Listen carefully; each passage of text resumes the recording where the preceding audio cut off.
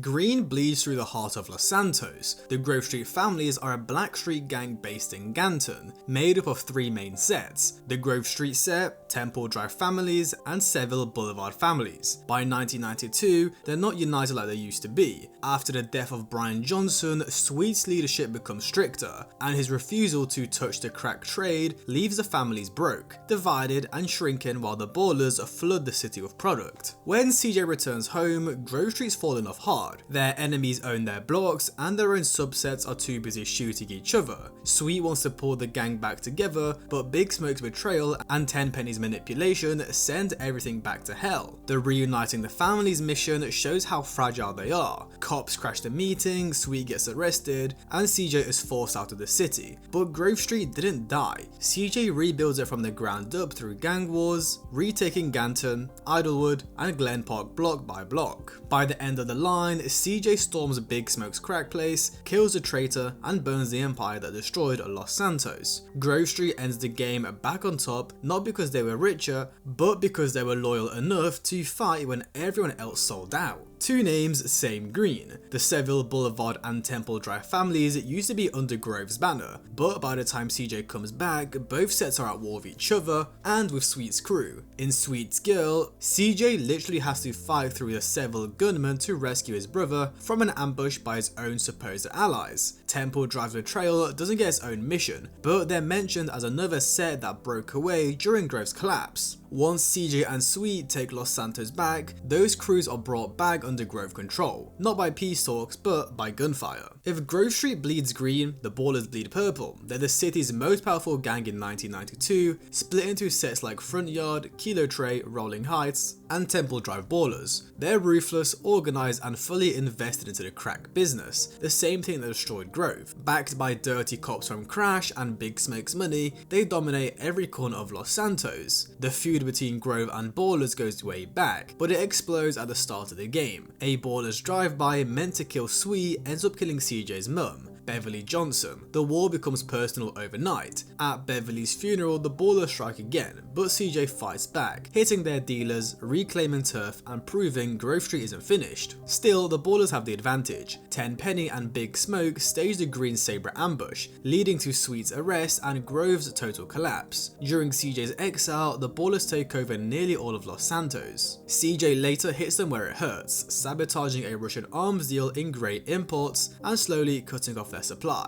By end of the line, the Ballers are guarding Big Smoke's palace alongside other gangs, showing how deeply they were tied into his empire. Once CJ wipes them out, their stranglehold on the city finally breaks, but their legacy as Grove Street's deadliest enemy stays permanent. The Vagos paint East Los Santos yellow. They're a Hispanic gang running drug and gun operations out of Las Colinas and East LS. While they don't have distinct sets, they're one of the city's most violent and opportunistic crews, already ready to profit off someone else's chaos. When Grove Street fell apart, the Vagos moved in fast, seizing turf while the Ballers took the rest. Their story threads through Tenpenny's manipulations. In Wrong Side of the Tracks, CJ and Big Smoke are sent to take out Vagos on a San Fierro bound train. In Burning Desire, CJ torches a Vagos drug house and wipes out the local dealers. In Catalyst, the Vagos try to steal a train full of weapons, only for CJ and Ryder to hijack it. Every move they make ends in blood. The Vagos also try to branch out, attempting to form a drug connection with the San Fierro Rifa before CJ and Smoke intercept them. By end of the line, they're fully merged into Big Smoke's network, guarding his palace alongside Ballers, Rifa, and Russians. They might not be masterminds, but they're the kind of street dealers every empire needs. Violent, loyal to money, and too stubborn to die. The Aztecas are the opposite of everything the Vagos stand for. They're a Mexican-American gang out of El Corona, led by Cesar Villalpando, the same Cesar who's dating CJ's sister, Kendall. They wear light blue, roll in lowriders, and take pride in staying clean from the crack trade. That moral stance puts them at odds with every other gang in the city. At first, there's beef. Sweet doesn't trust Caesar, and the Aztecs don't trust CJ, but that changed after Green Sabre, when Caesar exposes Big Smoke's betrayal and shows CJ what's really going on behind the scenes. From there, they become Grove's closest allies. In Los Desperados, CJ helps Caesar and his gang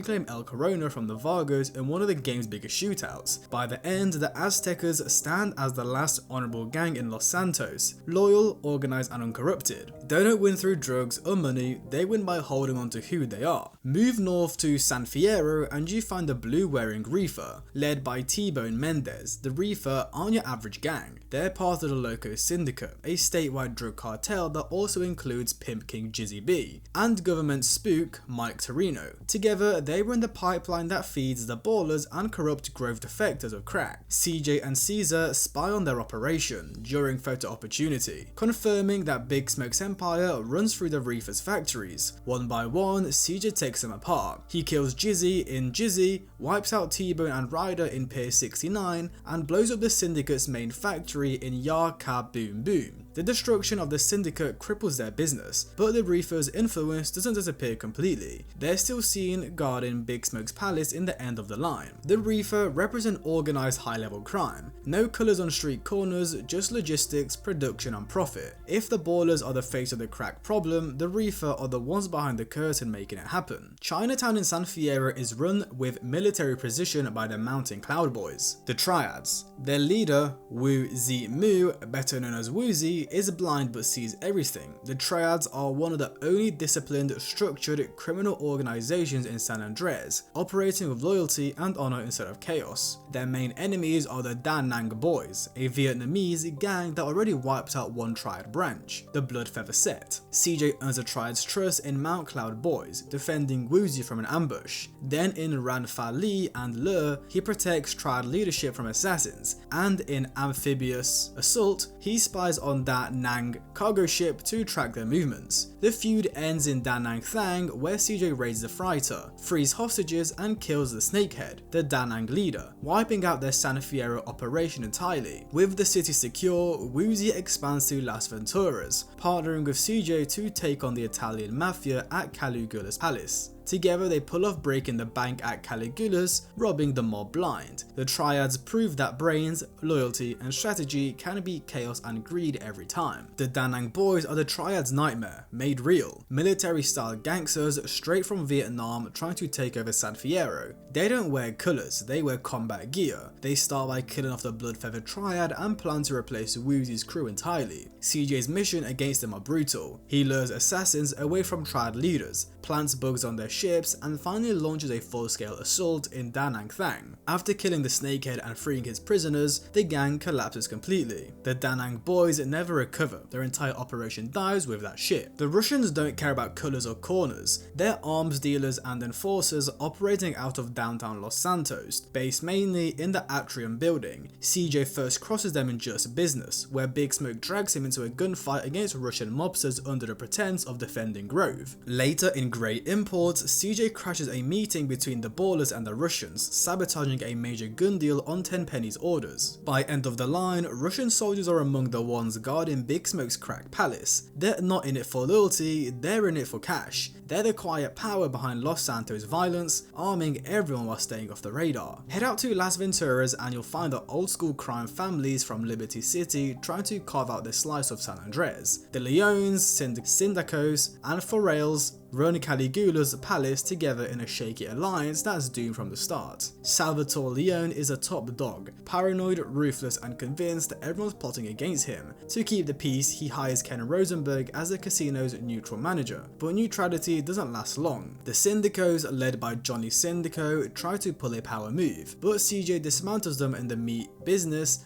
and finishes Johnny off during a botched escape from the hospital. The Forellis try to strike next, but Salvatore sends CJ to Liberty City in St. Mark's Bistro to wipe their leadership off the map. When the dust settles, Salvatore thinks he's won, until CJ and Woozie rob him blind in breaking the bank at Caligula's. The heist ends, the Mafia's control of Venturas, and leaves all three families humiliated. The old world tried to control San Andreas with tradition and fear, but CJ proved that loyalty and brains were the new power.